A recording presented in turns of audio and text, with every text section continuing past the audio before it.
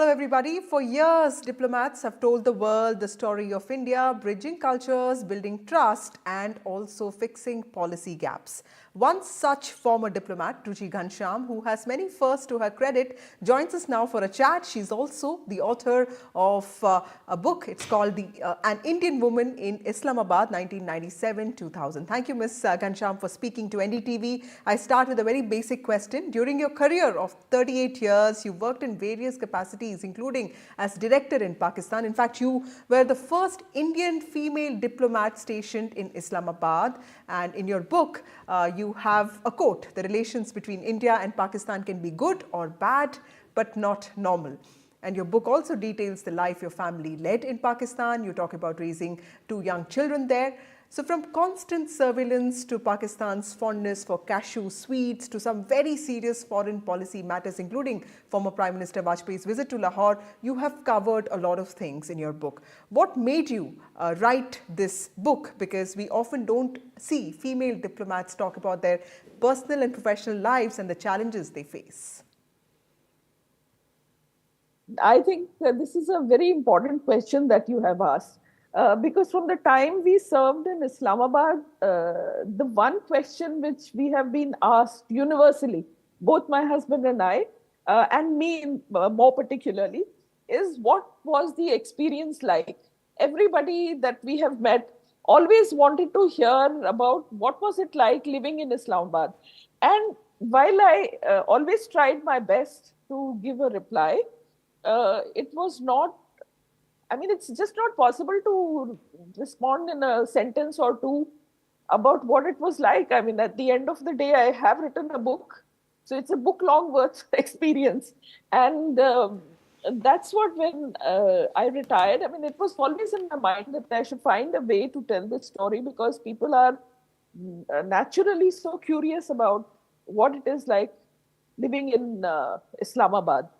And so when I retired, I thought, okay, this is the time that I should take to write about it. I didn't want to write too much about, as you said, heavy diplomacy and heavy, geostrategic matters, because I want everybody to be able to read it, not just the people who are deeply interested in international affairs. Even for those who are interested in international affairs, I hope that there is enough, because on almost every issue, I have touched upon the background. I have tried to explain the scenario, the context. But at the end of the day, I want people like me, people like you, people like, everyday Indians to be able to read it and enjoy it, take something home from there, and maybe set some perspectives in place. Right. That is the other point that I wanted to make. Okay. Ma'am, also my favorite part of your book is also that you dedicate an entire chapter to women of Pakistan, and you specifically talk about how some of them remain confined in their houses. You talk about Chadar and Char Diwali. Why did you feel the need to highlight this particular aspect of, of the lives of women in Pakistan, something that has had the world's curiosity for a long time? Well, to start with, as you said, there are not many women diplomats who write about diplomacy or living this life. In my case, I'm very, very clear that my first identity, of course, is an Indian, but my identity is as a woman before it is as a diplomat. So diplomacy was my career for 38 years.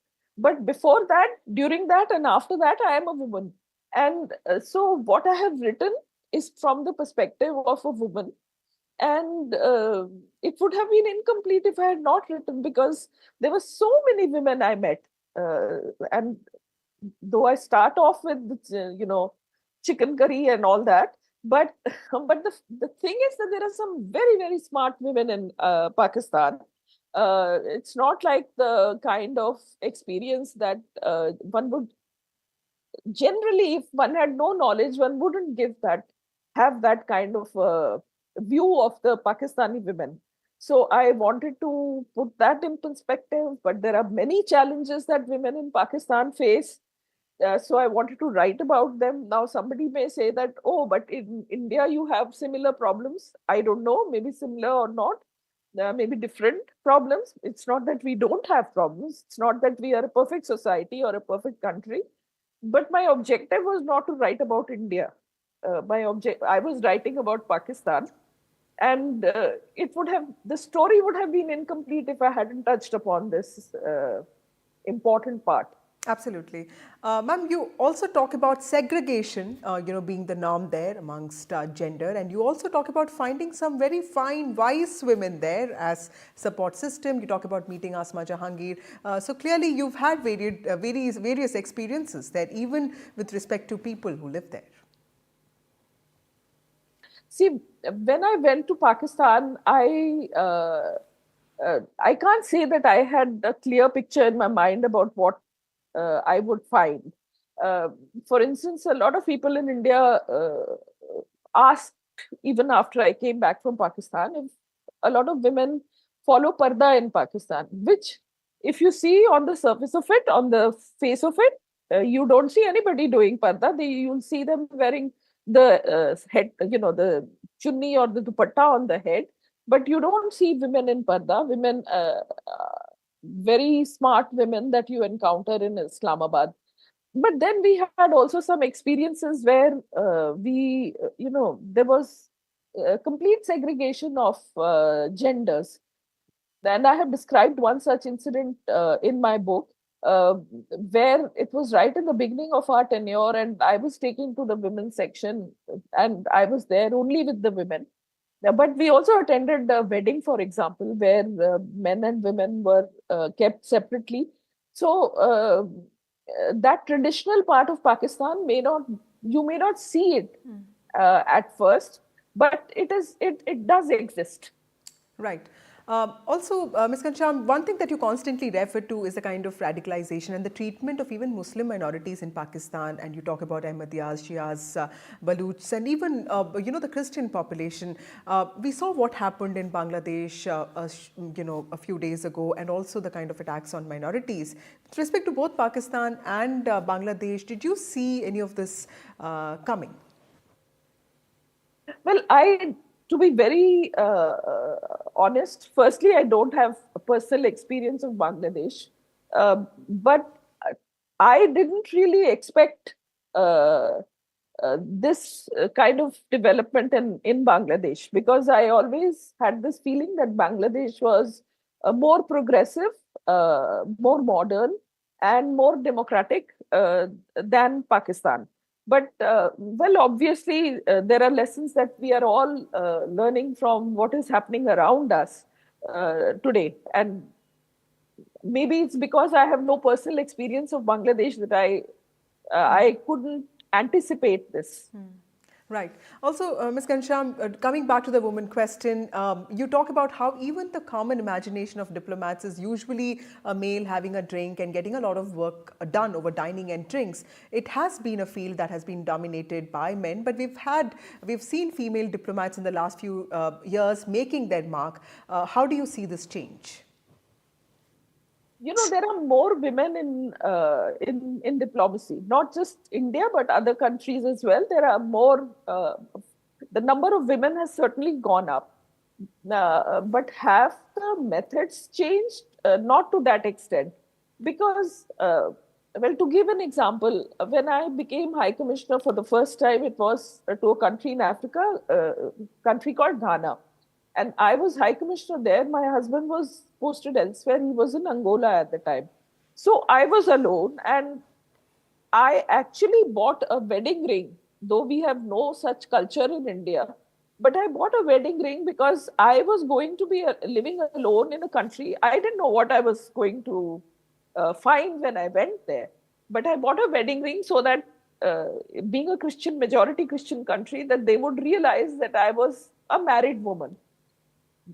Well, not that I faced any difficulties, but when I had to take people out for a meal, because that's part of diplomatic exchanges, that you talk a lot over. Okay, I couldn't drink alcohol, but at least I could take people out for lunch or dinner and talk to them. But then it's such a small town that I realized that when people known to me saw me with another man, they were little bit, I could feel that the vibes were not right. So it does create, actually, it does create challenges for a woman to work. But I think we have seen enough successful women to, in all professions, journalism included, to know that women do find ways to overcome the challenge. Absolutely. Ma'am, there are also, the best part about your book is also your observations. There are small things that you note about Pakistan, from shopping in Bahawalpur to, shopping in Lahore, to going through some really tough times as a family with small children, especially when the relations between the two countries, India and Pakistan, was at the worst. And you served during that time. The hijacking happened, Mr. Vajpayee's Lahore visit, and then, of course, the Kargil war. When you think back, what are the things about Pakistan that you remember the most? They were also challenging years in between. Yes, it was. I think I mean, I would have expected to remember the challenges and the negatives much more, but I remember the positives actually. I don't know if it is human psychology that we tend to only remember the good things, but what has stayed with me from Pakistan are the pleasant experiences of being friends with the people, how nice they were to us, the way we would be welcomed. I mean, it's not universal, of course, it was not universal, but by and large, our friends were so nice. And some of them we are still in touch with. Uh, Many we have lost touch with, unfortunately. But that is what I remember Pakistan more. And that is why I think I sometimes feel bad when I see that the country has not really been doing all that well. Yeah. Yes, ma'am, also one of the most defining sentences in your books towards the last chapters is how you think instability and chaos across India's borders have far-reaching implications for India. What do you think is the best that India can do, especially when the neighborhood is in a state of turmoil? Yeah. Well, the reason why I wrote that is because I was just thinking of it yesterday, that if there is a fire in your neighbor's house, the first thing that you worry about is what the embers will do to your own property. And that's why, if there is chaos and confusion and things spiraling downwards in our neighbor, then we have to worry about what the implications of that would be in our own country.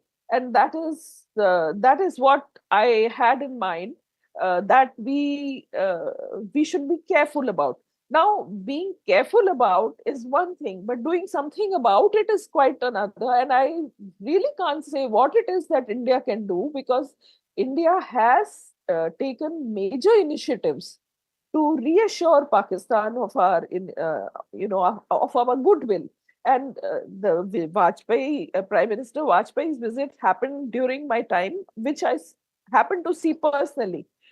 So after that, what did India get? India got Kargil.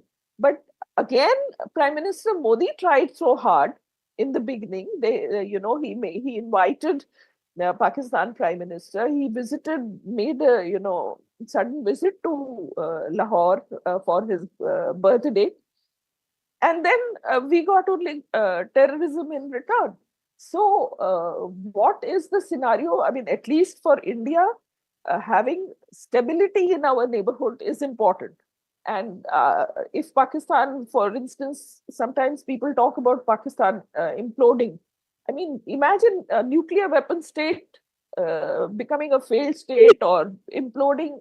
I mean, the implications of that are extremely dangerous and scary. So, a stable Pakistan, in my view, peaceful Pakistan, uh, a Pakistan that can live peacefully with India.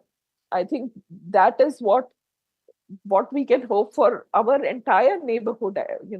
Plus or minus, some relations will be better than others, but at least a peaceful neighborhood would be in India's interest. Ma'am, that's really well said. And since Kashmir is also an important part of your book, I would like to ask you this question and wrap up this conversation with that. How do you feel about assembly elections finally being announced for Jammu and Kashmir? The valley, of course, has been witnessing a spike in terror attacks, many sponsored by Pakistan. What can India do in such a situation? I think having the elections is a good step. We have to focus on bringing peace and development to people in Jammu and Kashmir. I think that is very, very important. As I see it, I mean, I'm a first and foremost. I think I consider myself to be a woman and a mother. And how do you treat your children? If one of your children is angry with you or is naughty or is going, it doesn't mean that you stop loving them. So the first and foremost thing that India has to do is to be to provide the best possible for the people of Jammu and Kashmir.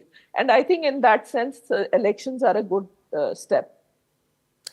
Thank you, Ms. Ghanshyam, for speaking to us, sharing your insights, and also speaking in detail about your book, the new book, An Indian Woman in Islamabad. And good luck with that. Thank you so much for watching.